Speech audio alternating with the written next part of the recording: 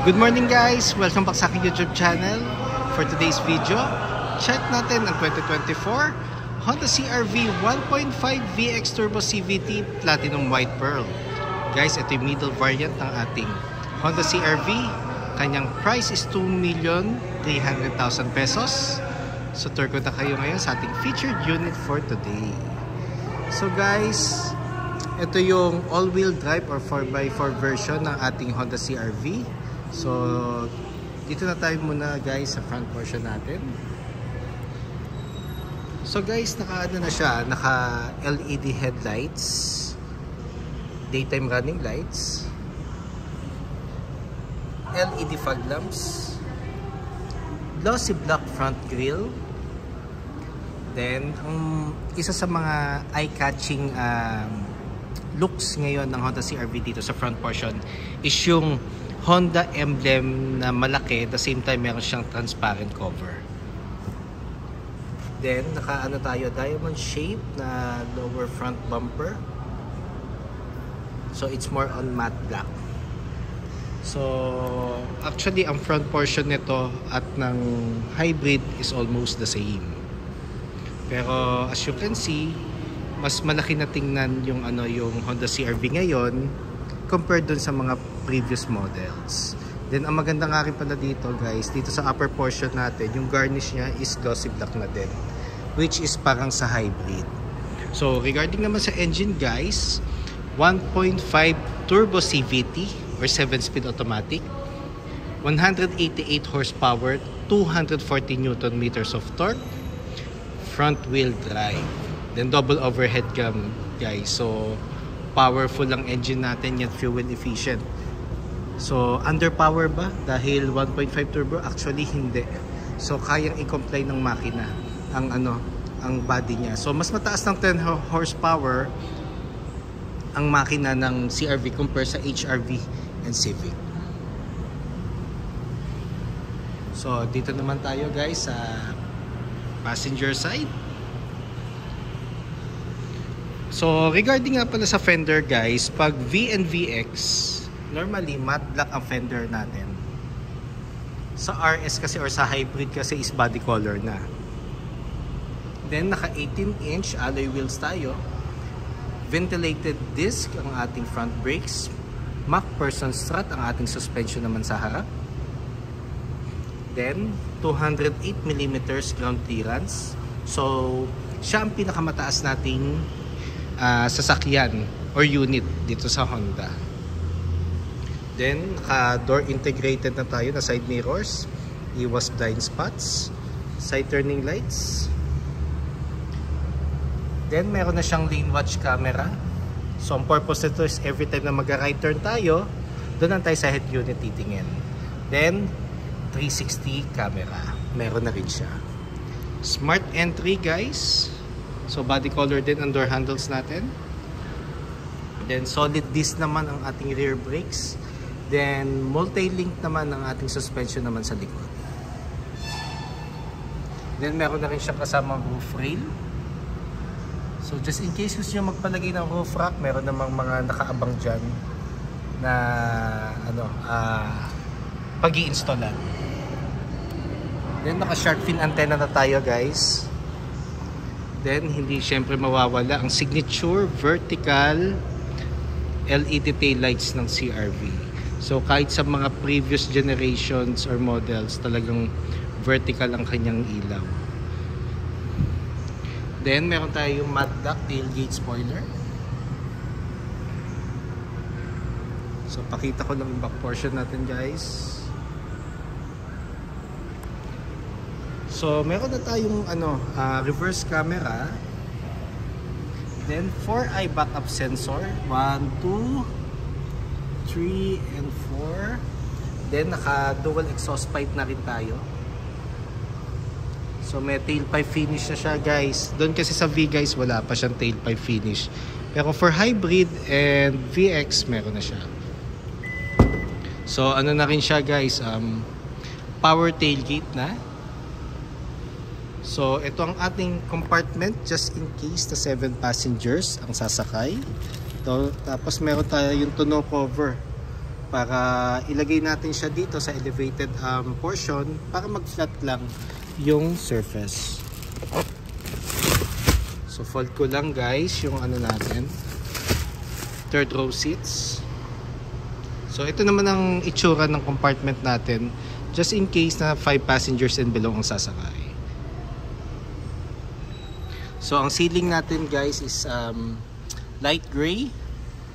Then airbags ito guys hanggang dito na sa pinaka third row. So meron na rin siyang side airbags. So saka ko lang guys ang tailgate natin. So pakita ko lang uli naman yung passenger side. Actually mas ma-appreciate nyo or mas ma-amaze kayo lalo pag nakita nyo siya in person. Kasi mas mas malaki na siya tingnan compare sa previous model. So regarding naman sa capacity, fuel tank capacity is 57 liters. Minimum octane is 91, so unleaded. Pero kung gusto niyo ng higher octane or mga premium, kailangan i-maintain natin na isang octane lang ang gagamitin natin. So dito naman tayo guys sa second row. So regarding sa door panel guys, combination ng urethane. Ang accent siya is glossy black with wood panel. Then sa armrest naman ng doors natin, meron siyang leather with gray stitches.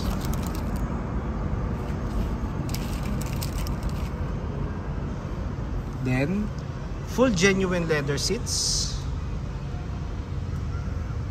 So may armrest tayo dito guys with 2 cup holders. Then sa middle section natin guys, meron tayong aircon vent with 2 charging ports na type C. Then nandito ang ating dome light. So LED na siya, at the same time touch na lang siya.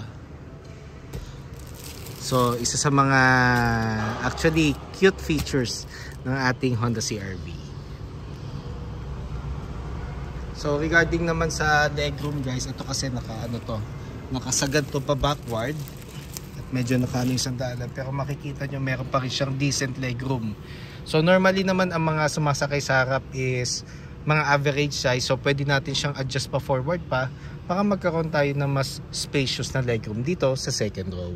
And yung second row seats naman guys is na forward and back naman, para just in case na may sasakay naman sa third row, ano pa rin naman siya, convenient or comfortable pa rin naman. So normally naman ang third row seats guys for a 7-seater, normally mga pang kids and average size adults. So smart entry na rin siya guys. So smart and keyless entry na rin. Tapos may remote engine start na rin siya na feature. So dito naman sa front portion natin, nandito yung mga buttons guys. So nandito yung power folding side mirrors, side mirror itself, adjustments left or right. Then ito yung knob. Then central door lock, window lock, and window switches. So dito naman sa front seats, parehong power seats na siya guys. So ang maganda lang dito sa driver seat guys, meron siyang lumbar support. Then ito yung mga switches for the adjustments ng front seats. Then dito naman sa baba, so meron din siyang ilaw dito para at least makita nyo yung switch nung nung hood. Then ang seats nga pala natin sa fronts, meron din siyang side airbags. So yun yung additional safety feature na dinagdag ni Honda across all variants except Honda Brio. So dito naman tayo guys sa ating driver seat. So full digital panel na guys ang ating ang ating panel. Then kung makikita nyo guys, so dito muna tayo sa steering wheel. So steering wheel natin is leather cover na with gray stitches, audio control, Then, with hands-free telephone assist na rin guys. Then, for the adaptive cruise control and Honda sensing.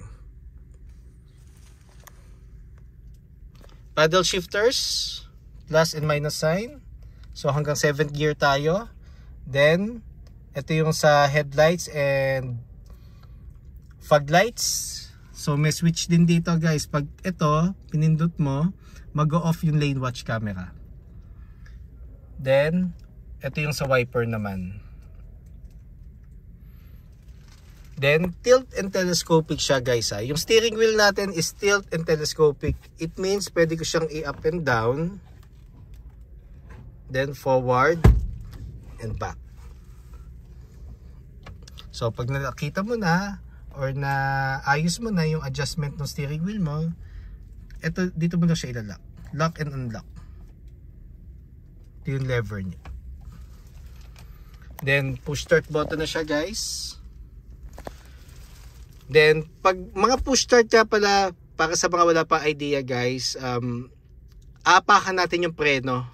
Then, kailangan yung smart keys nasa loob bago natin i-press yung start button. Kasi pag hindi natin siya inapakan, iilaw lang yung panel. Then, touchscreen audio unit with Apple CarPlay and Android Auto Ready. So, wireless na siya guys. So, naka-mount ang ating audio unit, which is for me it gives more premium design, tsaka mas elegante tingnan. Nagko-complement siya mismo doon sa pinaka interior itself. Then ang ating aircon vent is honeycomb pattern na like yung Civic. Then ang surrounding siya is glossy black sa upper portion. Tapos dito sa baba, wood accent panel. So pag wood accent panel guys, VX variant yon. Isa sa mga features or trademark para malaman mo kung anong variant yung sinakyan, or para ma-distinguish mo kung anong variant ng CR-V. Then aircon buttons natin is with knobs, which is a good thing para at least pag nag-a-adjust ka is mararamdaman or mafe-feel mo talaga ang adjustments. Then, na rin siya guys, dual zone air conditioning na rin siya. Then, meron tayong power outlet, USB port, tapos yung charging natin is Type-C. Wireless charger port, meron na rin siya. Tapos itong portion na to, pwede mo lagyan ng something na coin purse or what. Yun. Then, transmission natin guys is leather cover na with clutch. Then park, reverse, neutral, drive, and sports mode. Meron tayong icon button. Then hill descent control. Ang purpose ito is pag pababa tayo, i-on natin to para hindi na tayo gagamit ng brakes. So magse-self-adjust yung mga gulong na mabagal ang ikot para naka-engine brake. Then pag bumalik ka sa flat terrain, automatic magdi-disengage siya. So additional safety feature to. So si CR-V at HR-V pa lang ang meron. Electronic park brake, gagamitin lang natin siya pag magpa-park tayo na matagal or i-off na natin yung engine. Yun lang ang pinaka-purpose ng electronic park brake. Then pag gas and go tayo sa traffic, ang handbrake natin is yung brake hold. 2 cup holders. Large armrest na leather cover na. Large console box. So sa console box guys, dyan mo lagi ilalagay coin pairs, car cents, candies, cords. Yun ang mga ilalagay. Normally yun kasi nilalagay ko sa unit. So kung meron pa kayo gusto ilagay na iba, pwede naman.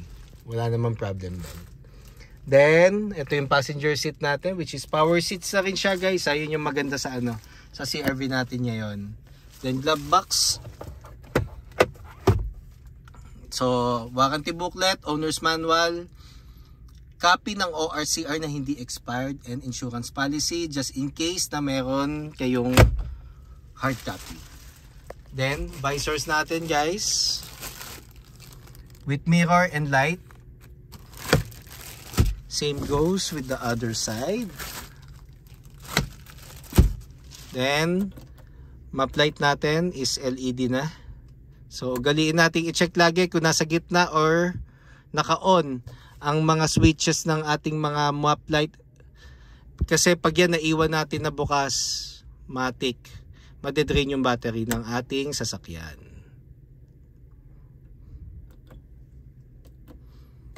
And lagyan na ng shades. So guys, for today's vlog, yun lang muna. So, I'm connected na nga pala guys sa Honda Cars Balintawak. So, just in case gusto nyo akong makita in person, so visit lang kayo dito sa aming dealership.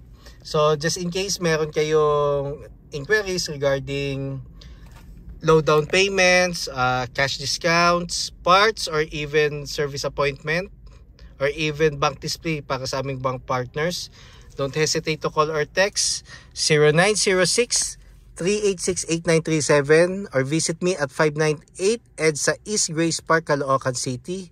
And look for me guys, Ross Oliver Cruz, ang inyong friendly sales manager here at Honda Cars Balintawak.